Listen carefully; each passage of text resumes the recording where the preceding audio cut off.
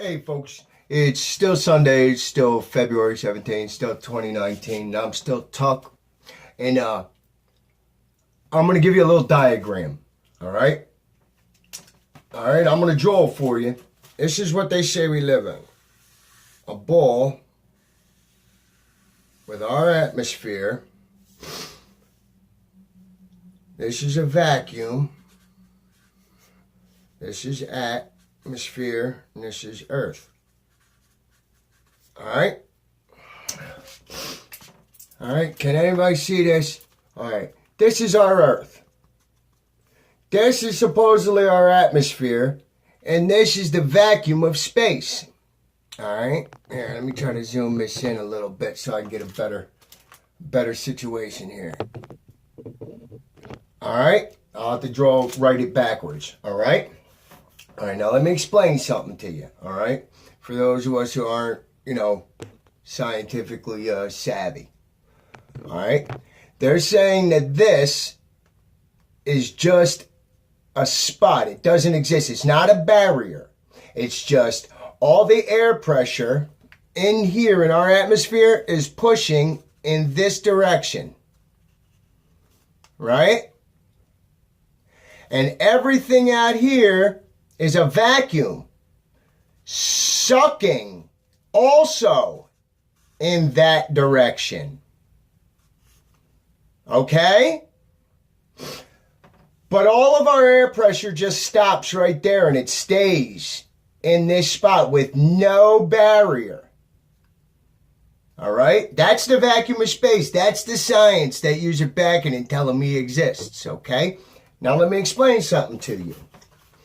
Pressure equals force over area. All right? Pressure equals force over area. All right? That's the only way you have any kind of pressure. All right? And they're not claiming this is an area. All right? This is not an area. That is a differential. All right? Pressurized in here, there's pressure. Out here, there is a negative pressure, an opposite of this pressure. This is a pushing. This is a pulling. And this is just the differential where it stops. Because we have air pressure around us. All right? They say that pressure can only occur if there's an area to press against. Okay. Well, we have the land. It's pressing against here. Right? That's one side. If there is nothing out here to press against, you have no pressure. Here's my house. Look, I'm in a room. There's my house. My door. Got air pressure.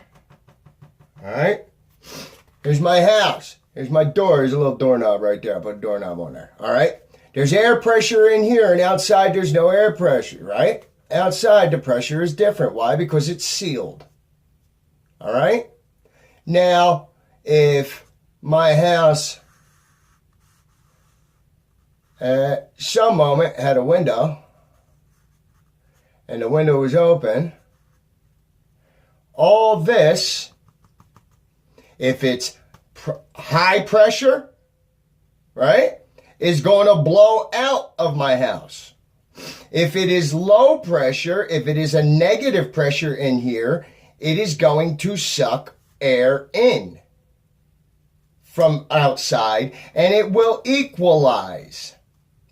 Inside and outside will both equalize. But there is a divider, a physical barrier.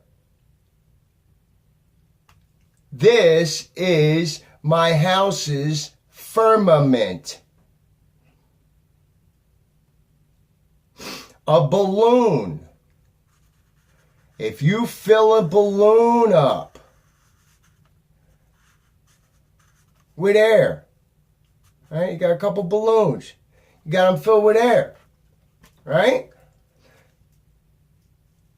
What keeps that balloon from keep expanding is the pressure outside, pushing in on it. What keeps the balloon from shriveling up is the pressure inside, pressing against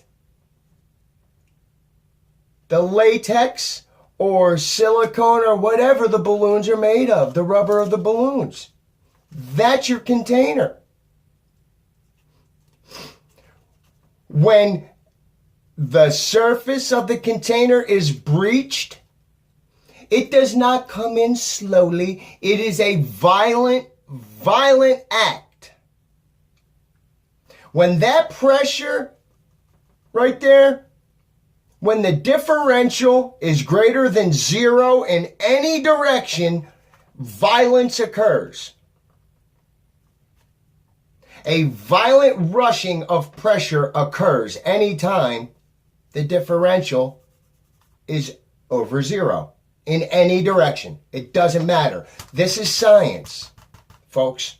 This is pressure equals force over area. That is science.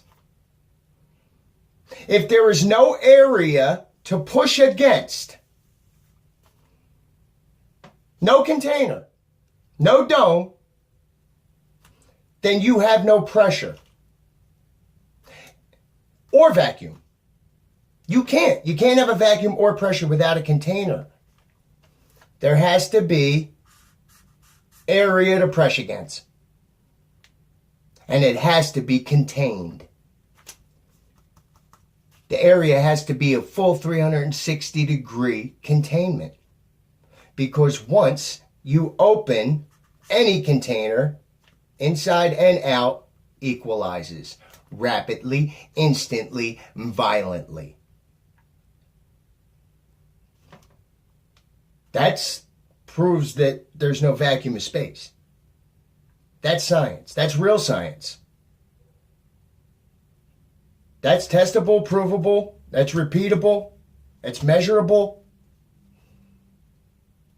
It's written. It's in all of our science books. But they tell you the definition's different. They're telling you that this is science, but only when it helps prove us. But if anybody uses it to disprove what we're saying, and that's all that it does is disprove what they're saying, it's wrong. It's pseudoscience if you do it. It's science when we do it. That's what they say. It's pseudoscience. Pseudoscience means can't be measured, can't be observed, and can't be repeated. That's pseudoscience. All right? That's popular belief. Popular belief is pseudoscience. Just like when I was in grade school, the Mississippi River was the longest river in America. The mighty Mississippi. And you would be told you were wrong if you said it wasn't the mightiest and the longest river in the United States. Because I was the kid that was wrong about it. I said it was the Missouri because I read that the Missouri River was the longest, and I was told I was wrong. I even gave her the distance. I even gave Miss Rich, was her name. And her husband was a phys ed teacher and a health teacher. And the driving teacher. Driver's ed. All right? Husband and wife team in school. Admonished me for telling the truth. Had me mocked in class. Kids laughed at me. I was so mad, I started crying. I had a tear in my eye because I knew I was right.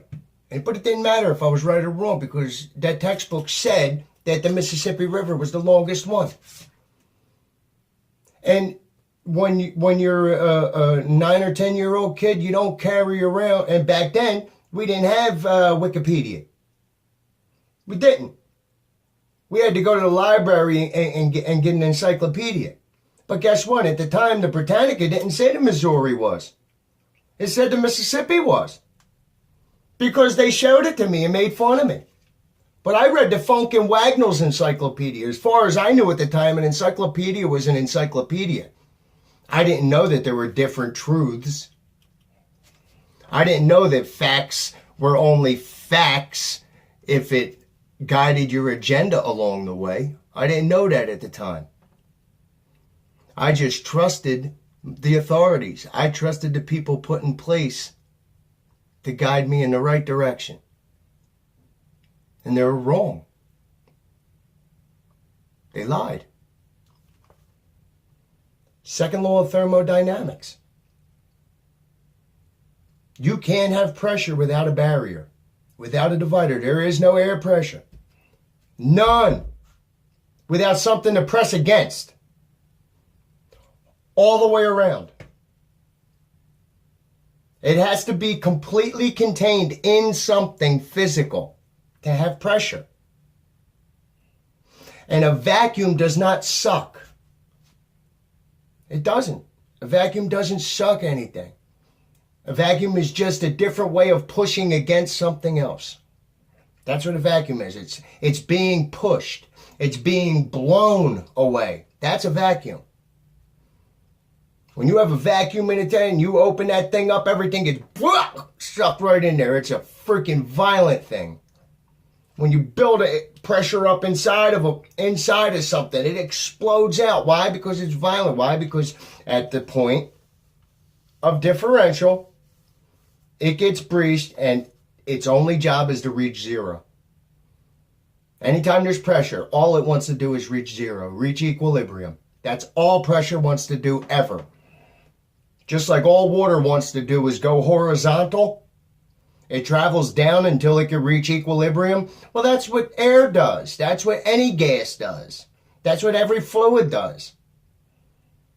They're all the same. Fluid and air is the same. They behave exactly the same. They take up every crevice. They take the shape of the vessel they're put in.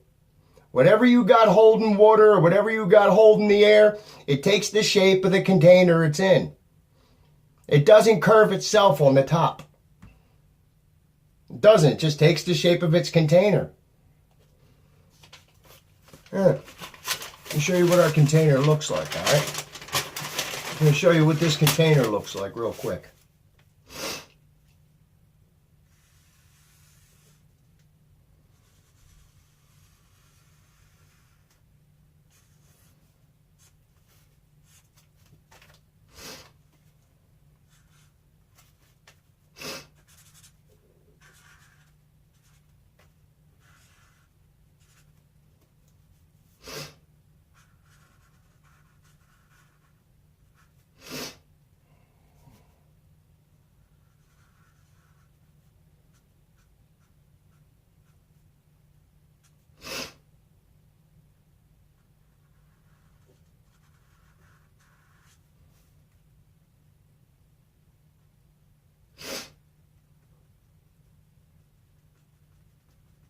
I'm just going to show you here what this sort of looks like. What we live on.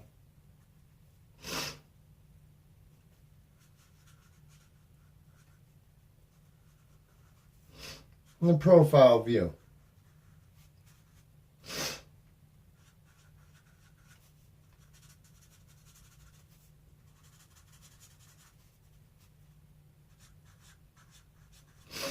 All right. Here's where you live, folks. Land, firmament. You know whose foot that is. I don't know what's out there. We got the sun in here. We got the moon in here. We got the stars in the firmament, just like it says in the Bible.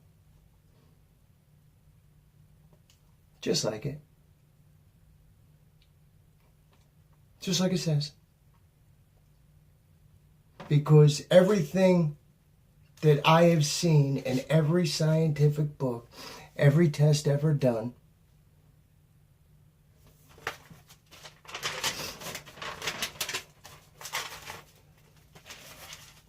has proven that this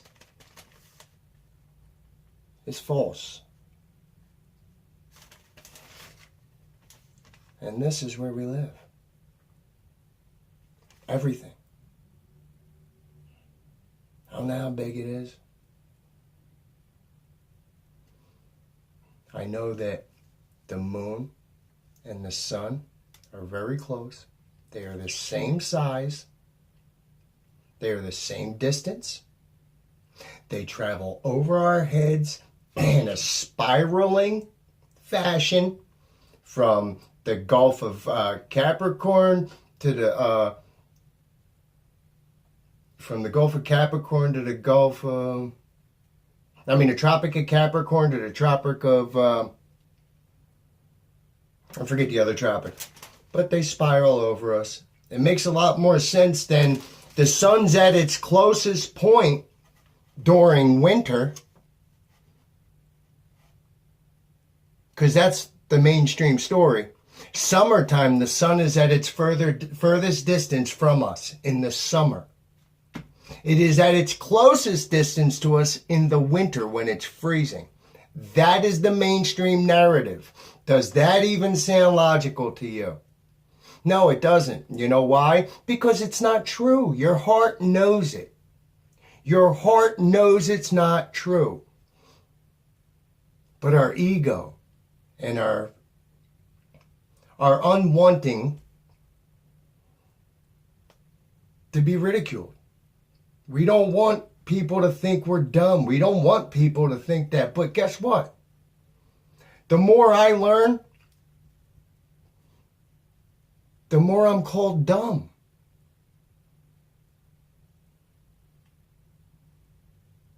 The more tests that I study, the more books I read, the more experiments I carry out, you call me dumber and dumber.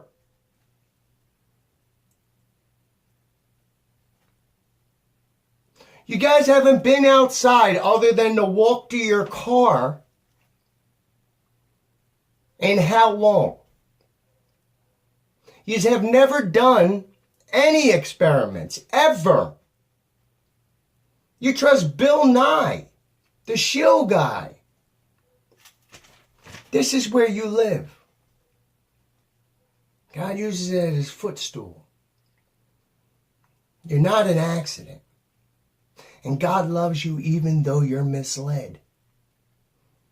Because he created you and he gave you the ability to walk away from all of it. He gave you freedom of choice. You chose this, and you could choose this too. You can come back home. You know, we're not losers. We're not. We just got lost for a little while. But we're not losers. You're not. Your heart knows the truth. I'm Tuck. And that's the way I see it.